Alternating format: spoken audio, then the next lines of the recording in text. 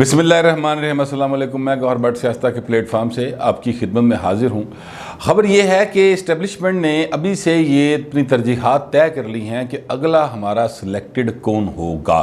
अब आप सिलेक्टेड पे परेशान ना हो, सिलेक्टेड से मतलब है वज़ीर आज़म कौन होगा और किसको आगे लाया जा सकता है। इस हवाले से जो तरजीहात मेरे ज़राए ने मुझ तक पहुँचाई हैं, उसमें पहले नंबर पर तो अभी तक जो है वो इमरान खान ही स्टैंड कर रहे हैं। लेकिन चूँकि इमरान खान साहब का मसला ये है कि वो भाई मन मौजी है, वो कन्ना दा कच्चा है, वो बात पे अड़ जाते हैं और बात को समझने की बजाय उस पर ज़िद लगा लेते हैं। तो इसलिए फिर दूसरी तरजीह के तौर पे उन्होंने शहबाज शरीफ को रखा है। शहबाज शरीफ बड़ा मक्खन मलैया करैक्टर है, वो हर एक के साथ बना के मिला के कुछ दो तेरियाँ दो मेरियाँ मिलजुल के काम करने वाले जो है ना वो इंसान हैं। तो वो दूसरे नंबर पर उनका नाम इसलिए रखा गया है। तीसरे नंबर पर हैं बिलावल भुट्टो ज़रदारी साहब। बिलावल भुट्टो ज़रदारी साहब तीसरे नंबर पर क्यों हैं, उसकी एक तारीख़ है जो कि ज़ाहिर है कि इस्टेब्लिशमेंट की उसमें है जहन में, उस हवाले से उनको तीसरे नंबर पर रखा गया है। लेकिन अब मैं पहले बताऊं कि इमरान खान के होते हुए अगर वो पहली तरजीह है या वो इमरान खान था, सिलेक्टेड था और वो वज़ीर-ए-आज़म बनाया गया उनको, और फिर एक बहुत लंबी कानूनी लड़ाई, सड़कों दे मार कुटाई, विच डांस पार्टी भी हुई। वैसे हाँ, वो जो होते थे ना वो जलसे, उसमें भी डांस पार्टी भी होती थी। तो वो सारा कुछ डाल डूल के इसके बाद फिर उनको बनाया गया। तो अब उनसे उकताहट क्यों है, उस हवाले से जो मेरी बात हुई ज़राए से, तो वो कहते हैं कि इमरान खान बहुत अच्छे हैं, वैसे ज़बरदस्त हैं, बोलते बड़े दबंग अंदाज में हैं, चलते बड़े दबंग अंदाज में हैं, उनकी क्लैरिटी ऑफ माइंड बहुत ज़्यादा है। लेकिन वो सम टाइम कुछ इशूज़ के ऊपर खाम खा फंस से जाते हैं। मिसाल के तौर पे मिसाल देते हुए उन्होंने कहा कि वो जैसे भारत से तजारत का मसला था, उसके ऊपर वो खाम खाई फंस गए। भाई कश्मीर को अलग चलने दें, भारत के साथ तजारत अलग चलने दें, इसको नथी करने की ज़रूरत नहीं है, दुनिया को आगे लेके जाना है। जैसे ज़ाहिर है कि आर्मी चीफ ने कहा था कि हमें पास्ट अपना जो है वो दफन करना होगा, माजी को दफन करके आगे बढ़ना होगा। तो वो इस तरफ नहीं आए, बल्कि वो अड़ गए और उन्होंने फिर पहले खुद ही समरी मूव करवाई, रात को पता नहीं की ख्वाब आया, अगले दिन समरी का किसने भेजी। फिर वो इस तरह की हरकतें करते हैं और ऐसी चीज़ें हैं जो उनसे काबू में नहीं आ रही। मईशत उन्होंने कहा ख़ास तौर पे पाकिस्तान की उनसे काबू में नहीं आ रही, और हालात जो हैं वो जो मर्जी फिगर्स बताते जाएँ कि जनाब अब 5% पे कह रहे हैं कि जनाब चलेगी शरह नमू, तो इसके बावजूद हालात जो असल हैं वो तो मौजूद हैं। तो लिहाजा दूसरी ऑप्शन के तौर पे जो है वो देखा जा रहा है शहबाज शरीफ का। शहबाज शरीफ की प्लसेस क्या हैं? शहबाज शरीफ का प्लस ये है, एक तो कि वो किसी के साथ खाम खा बिगाड़ते बगूड़ते कोई नहीं, ख़ास तौर पर इस्टेब्लिशमेंट के साथ।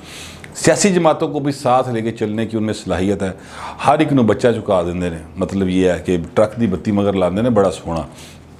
दूसरी जो उनमें सलाहियत है वो ये है, और बल्कि उनकी खासियत है वो ये है कि जनाब जो जितनी हमारी बिज़नेस कम्युनिटी है वो सारी की सारी नून लीग के ऊपर एतमाद करती है, और वो ये समझते हैं कि जब ये लोग आते हैं तो कारोबार चलता है, हमारा पैसा महफूज रहता है। लिहाजा अगर शहबाज शरीफ को लिया जाएगा तो पाकिस्तान के अंदर जो फिनंशियल मामलात हैं वो बेहतर हो जाएंगे, इसलिए शहबाज शरीफ को दूसरी तरजीह के तौर पे रखा गया है।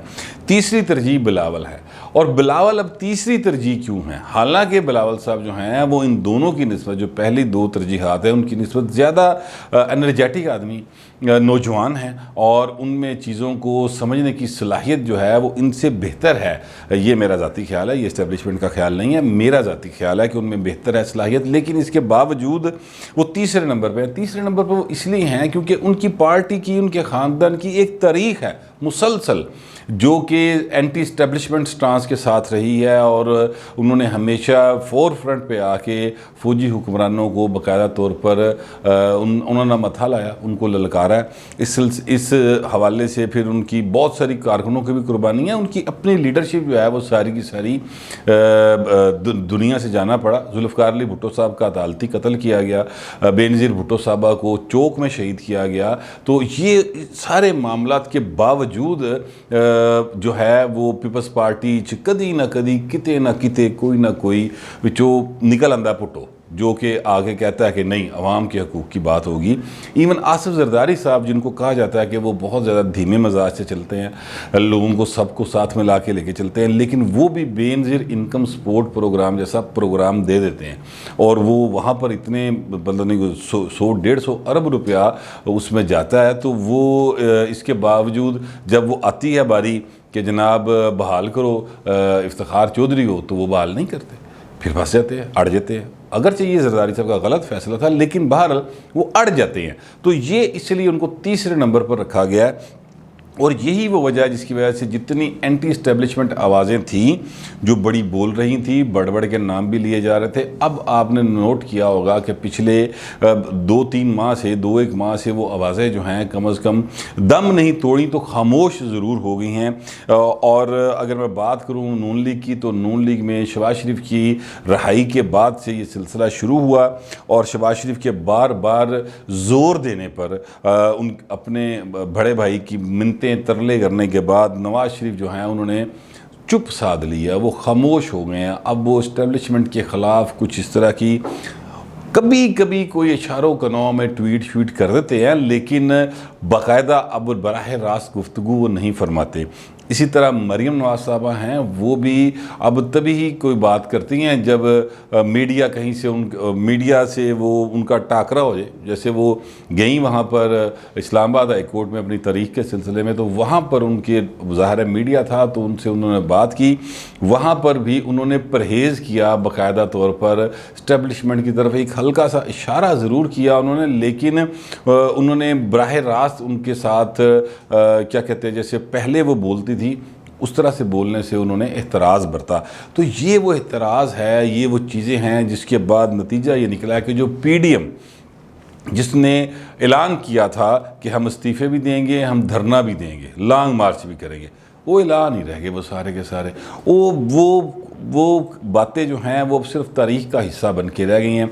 अमली तौर पे देखा जाए तो PDM इस वक्त कभी कभार जलसे के ऊपर राज़ी दिखाई देती है। मसलन उन्होंने स्वात में एक जलसा रखा है, अच्छा जी, फिर उसके बाद जुलाई के एंड में जाके एक जलसा कराची रखा है।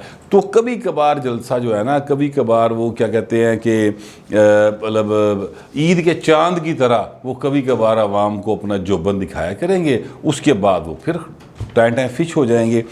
इसी तरह अगर आप नोट करें तो पीपल्स पार्टी जो है वो बिल्कुल एंटी इस्टेब्लिशमेंट स्टांस लेने वाली जमात थी, लेकिन अब वो बिल्कुल जो है ना ऐसी जमात बन के रह गई है जिसकी ज़बान पर इस्टेब्लिशमेंट के हवाले से कोई तनकीदी बात नहीं आती। बिलावल भुट्टो जरदारी साहब जो हैं वो चला रहे हैं कैंपेन कश्मीर के अंदर, और कश्मीर में जाके वो बाकायदा तौर पर अपनी पार्टी के जलसे जुलूस कर रहे हैं, क्योंकि कश्मीर में इलेक्शन है अगले महीने।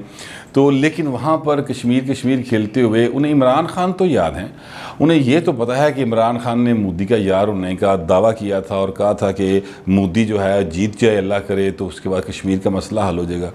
लेकिन उन्हें ये नहीं याद आ रहा किसी सूरत भी कि ऑफ द रिकॉर्ड नहीं, ऑन द रिकॉर्ड बात करते हुए जनरल कमर जावेद बाजवा ने कहा था कि हमें अपने माजी को दफन करके आगे बढ़ना होगा। लिहाजा इस्टेब्लिशमेंट के ऊपर वो किसी किस्म की कोई तनकीद अब नहीं कर रहे।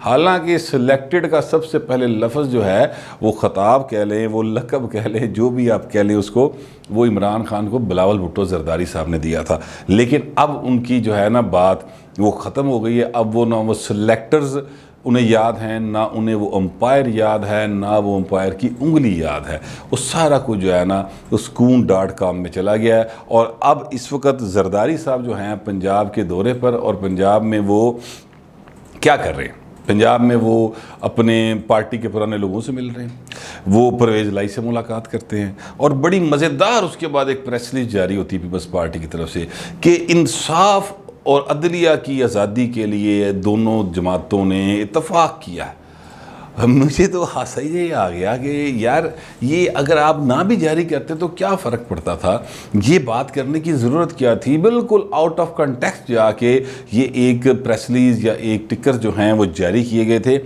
असल में वो क्या कर रहे हैं, वो असल में यही कर रहे हैं कि एंटी नवाज़ वोट को इकट्ठा किया जाए, ताकि जो शहबाज शरीफ को भी अगर वज़ीर-ए-आज़म बनाने का ख्याल है या सेकंड प्रायोरिटी पे वो हैं, तो उनको सेकंड प्रायोरिटी से थर्ड प्रायोरिटी पे लाया जाए और ख़ुद सेकंड थर्ड की बजाय फर्स्ट प्रायोरिटी पे जाया जाए और एक एंटी नवाज़ अलाइंस बनाकर यहाँ पर अपने हाथ में अगले इलेक्शन की तैयारी की जाए और चीज़ों को अपने हाथ में लिया जाए।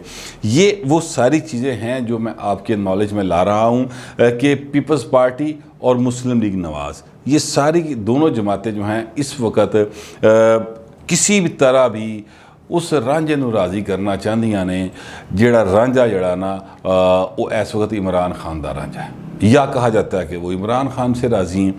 उस रांझे को राज़ी करने के लिए ये दोनों जमातें जो हैं वो अपना अपना ज़ोर लगा रही हैं और उसके लिए बहुत ज़्यादा ज़ाहिर है ज़रूरी है कि अवाम के अंदर जो है इनकी जड़ें हों, ख़ास तौर पे पीपल्स पार्टी के लिए, क्योंकि पीपल्स पार्टी जो है वो तो पंजाब के अंदर तकरीबन ना होने के बराबर है। और यहाँ पर अगर वो हालात को बेहतर नहीं करेंगे, अपने आप को इस तरह से मुनज़्ज़म नहीं करेंगे कि जनाब अवाम जो है वो उनके साथ चल पड़े, तो फिर पीपल्स पार्टी का ज़ाहिर है कि चांस नहीं रहेगा।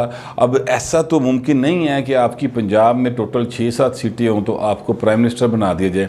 ये तो बिल्कुल ही मतलब अखां च खे पाने वाली गल है ना लोगों के, तो वो कोई भी कबूल नहीं करेगा। इमरान खान जिस तरह भी आए ठीक है, उनको लाने के लिए जो नून लीग इल्ज़ाम लगाती है वो अपनी जगह पे दुरुस्त होंगे, लेकिन बहरहाल इमरान खान की एक पॉपुलैरिटी थी। इमरान खान जो हैं वो सेकंड फर्स्ट ना सही सेकंड प्रायोरिटी के तौर पे ज़रूर देखे जा रहे थे आवाम की नज़र में भी, और उनका एक क्लाउड था जिसकी वजह से इमरान खान जब बने तो उनकी मुखालफत में अगर फ़र्ज़ करते हैं कि 60% लोग थे तो 40% उनके हक़ में भी लोग खड़े हुए थे।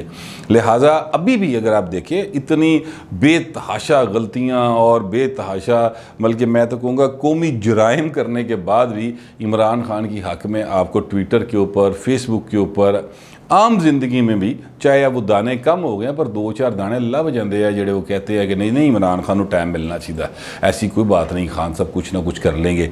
ये एक सूरत हाल जो है तभी बनती है जब आप पीपल्स पार्टी, जब आपकी आवाम में जड़े हों या आवाम से आपने वोट लिए हों, चांदी लिए हों, लिए तो हों। इससे पहले काफ लीग का एक तजर्बा हो चुका जिसपे कहा जाता है, अब इसका काउंटर आर्गूमेंट ये है कि काफ लीग में मतलब शौकत अजीज़ को कौन जानता था जी, जमाली साहब जो हैं वो उनको पहले बना दिया गया, फिर ये जो चौधरी शुजात हुसैन साहब हैं इनको बना दिया गया, फिर शौकत अजीज़ को ला कर नाफज कर दिया गया, यहाँ पर थोप दिया गया बाकायदा, उस तो बाद भाई नसिया वापस ही नहीं आया। तो ये उस वक़्त भी तो हुआ था, लेकिन उस वक़्त ये था कि उस वक़्त एक बाकायदा एक मार्शल लॉ की सूरत हाल थी। एक फ़ौजी सरबरा जो है वो मुल्क के ऊपर हुक्मरान के तौर पर मौजूद था, टोपी के साथ, डंडे के साथ। लिहाजा उस वक़्त के हालात में ये मुमकिन था कि आप इस तरह करके चीज़ों को चला लें। लेकिन आज जो हालात पहुंच गए हैं, जहां पर इंफॉर्मेशन टेक्नोलॉजी पहुंच गई है, जहां पे बहुत सारे ऐसे टूल्स आ गए हैं इन आवाम के पास जिसके ज़रिए वो ज़्यादा से ज़्यादा इंफॉर्मेशन हासिल कर सकते हैं, और फिर उसकी वजह से जो अवेयरनेस आई है उसके बाद फिर लोगों पर एक नया शौकत अजीज़ थोपना जो है ना वो एक मसला है। इसलिए इमरान खान को तैयार किया गया था, फिर उनका एक ज़ोर बनाया गया, वो 5-6 साल में उनको इस काबिल किया गया कि लोग उनको सेकंड ऑप्शन के तौर पर देखना शुरू हुए, और पीपल्स पार्टी उसमें से ज़ाहिर है कि थर्ड से भी नीचे चली ऑप्शन में। तो फिर उसके बाद ये उनको यहाँ पर ला के बिठाया गया और जिसके नतीजे में अभी तक वो चल रहे हैं। बहरहाल कमिंग टू दैट पॉइंट कि जनाब ये सारी सूरत हाल जो इस वक्त बनी हुई है ये सब चुप करके बैठे हुए हैं। Skoon.com मसलन बिलावल साहब और शहबाज शरीफ साहब ने ये ऐलानात किए थे, आपको याद होगा कि बड़ा टफ टाइम देंगे जनाब हम बजट में। कल आखिरी तकरीर थी जिसको वाइंड अप स्पीच कहते हैं, और ये की थी अपना हमारे शौकत तरीन साहब जो वज़ीर ख़जाना है। उस मौके पर ना प्राइम मिनिस्टर ऑफ पाकिस्तान यानी इमरान खान साहब ऐवान में मौजूद थे। चलो खैर उनको छोड़े, वो तो ऐवान में आते ही नहीं, उन्होंने तो अपने आप मतलब सिर्फ प्राइम मिनिस्टर उसका यह बनी गल का वज़ीर आज़म बना लिया, वो तो पार्लियामेंट के वज़ीर आज़म ही नहीं समझते खुद को, तो लिहाजा उनको तो आप साइड पे कर दें। ये जो दो लोग जिन्होंने बड़े नारे लगाए थे, जिन्होंने बहुत बातें की थी, ये दो हज़रात वो हैं जो पार्लियामेंट में मौजूद नहीं थे, बल्कि पिछले कोई तकरीबन ये पूरे वीक में किसी जगह पर ना शहबाज शरीफ साहब ऐवान के अंदर मौजूद थे, ना ही बिलावल साहब ऐवान के अंदर मौजूद थे। तो ये टफ़ टाइम देना था इन्होंने, तो टफ़ टाइम दे दिया, बस इतने टफ टाइम था, बात ख़त्म। वो जरा पहले हल्ला गुल्ला होया, वो भी अगर हुकूमत हल्ला गुल्ला ना करती तो वो भी नहीं होना था, ठीक है। वो तो हुकूमत ने खुद आ बैल मुझे मार वाली दावत दी थी, तो उसके बाद ये सारा कुछ हुआ, अदरवाइज़ वो भी नहीं होना था। पंजाब की बात कर लेते हैं। पंजाब के अंदर हालत ये है कि कल फाइनेंस बिल पेश हुआ तो 2 मिनट के अंदर वो पास हो गया। वहाँ पर अपोजिशन लीडर हमजा शहबाज शरीफ साहब बड़ा टफ टाइम देने की बात करते थे, वो ऐवान में ही नहीं थे, और उनके जो हैं अपना MPA अरकान असम्बली यानी वो भी ऐवान में मौजूद नहीं थे। को 40-50 के करीब थे, वो शायद गलती से आ गए थे। लिहाजा अगर देखा जाए ओवरऑल तो जितनी एंटी एस्टेब्लिशमेंट जमातें थीं या आवाज़ें थीं, उनको मुकम्मल तौर पे खामोश करवा दिया गया। वहाँ पर रावी चैन ही चैन लिख रहा है। और अब दौड़ क्या है? दौड़ ये है कि मैं तीसरे से पहले पे आ जाऊँ, दूसरा कहता है मैं दूसरे से पहले पे चला जाऊँ, और पहला जो पहले नंबर पे है वो कहता है कुछ भी हो जाए मैं पहले से रह जाऊँ। लेकिन इस्टेब्लिशमेंट ने अपने जो है ना तरजीहात, उनमें अब बाकी 2 पार्टियों को भी शामिल कर लिया है।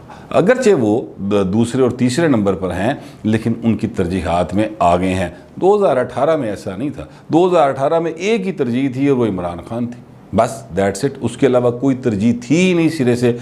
अब दूसरे और तीसरे नंबर पे आ गए हैं। तो अपोजिशन ने जितनी स्ट्रगल की है ना, जितने दारे मारे, जलसे किए, जुलूस किए, लॉन्ग मार्च किए, उन सब के नतीजे में उन्होंने ये मुकाम ज़रूर हासिल कर लिया है कि वो इस्टेब्लिशमेंट की तरजीहात में दूसरे और तीसरे नंबर पर आ गई हैं। लेकिन अभी पहले नंबर पर फ़िलहाल इमरान खान ही हैं। अब आने वाला वक्त तय करेगा कि इमरान खान साहब अगर एक आधी गलती और कर गए तो हो सकता है अगले इलेक्शन के हवाले से दूसरे नंबर पर आ जाएँ या तीसरे नंबर पर चले जाएँ, तो इनका जैक लग जाए, या इन्होंने कोई ऐसी ज़बरदस्त कारकर्दगी दिखा दी कि जनाब वो फिर पहले नंबर पे चले जाएं, तो वो अलग बात है। लेकिन फ़िलहाल की सूरत हाल ये है कि जितनी आइन की पासदारी की, वोट को इज़्ज़त देने की और आइन के तहत मुल्क को चलाने की आवाज़ें थीं, वो इस वक्त तक खामोश हैं। और इस्टेब्लिशमेंट का सियासत में किरदार ना होने के दावे करने वाले कि हम नहीं रहने देंगे इनका किरदार, अब वो इस्टेब्लिशमेंट के आगे अपने नंबर बनाने में लगे हैं। जमहूरियत पसंद लोगों के लिए ये एक मुश्किल मरहला है, उनके लिए एक मायूसी की बात है। लेकिन ये पाकिस्तान है, यहाँ पर कभी भी कुछ भी किसी भी वक्त हो सकता है। ये सारे मामला थे तो मैंने सोचा आपके साथ शेयर कर लूँ। फिल वक्त इतना ही, मिलते हैं अगले व्लॉग।